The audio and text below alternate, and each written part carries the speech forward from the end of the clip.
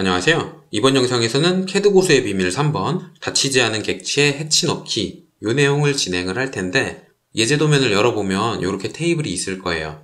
여기 가운데에 있는 탁자에 해치를 집어넣어 볼 건데, 왼쪽 아래를 보면 살짝 벌어져 있습니다. 벌어져 있는 거리를 조금 재보면 49.9998로 체크가 되고 있어요. 50이 조금 안 되는 거리죠.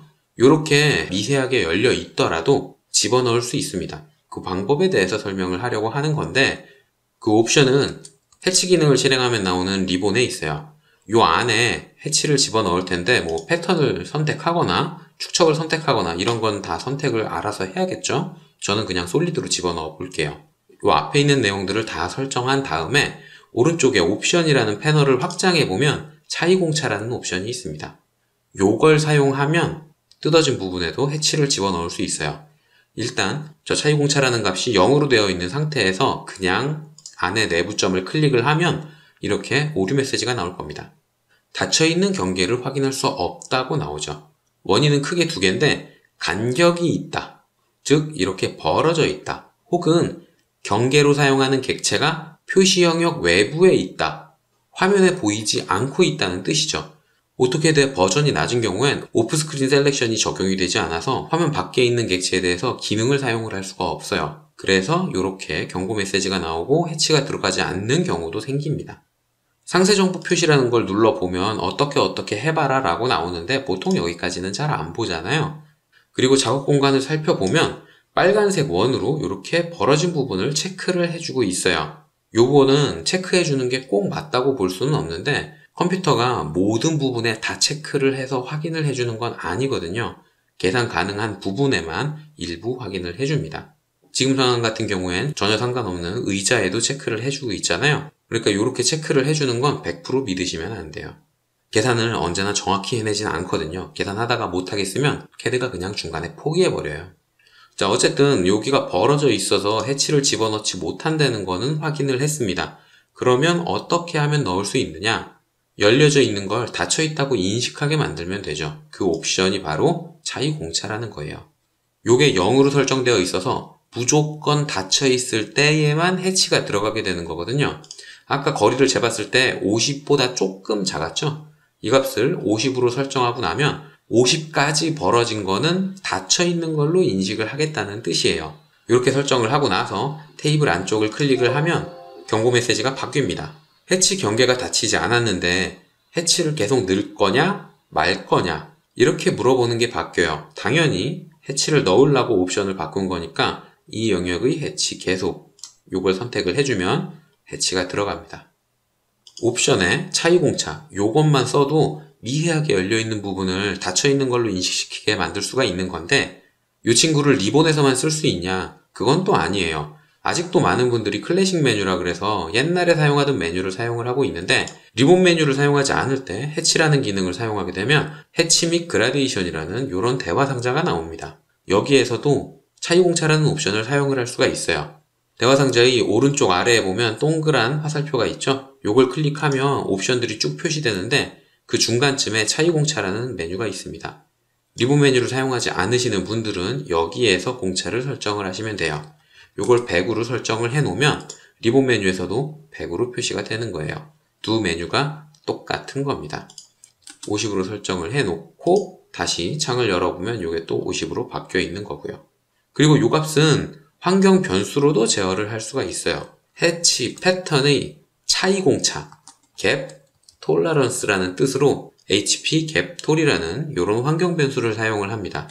요걸로도 값을 설정을 해줄 수가 있어요. 100이라고 정하게 되면 리본 메뉴에도 100이라고 표시가 되는 거죠.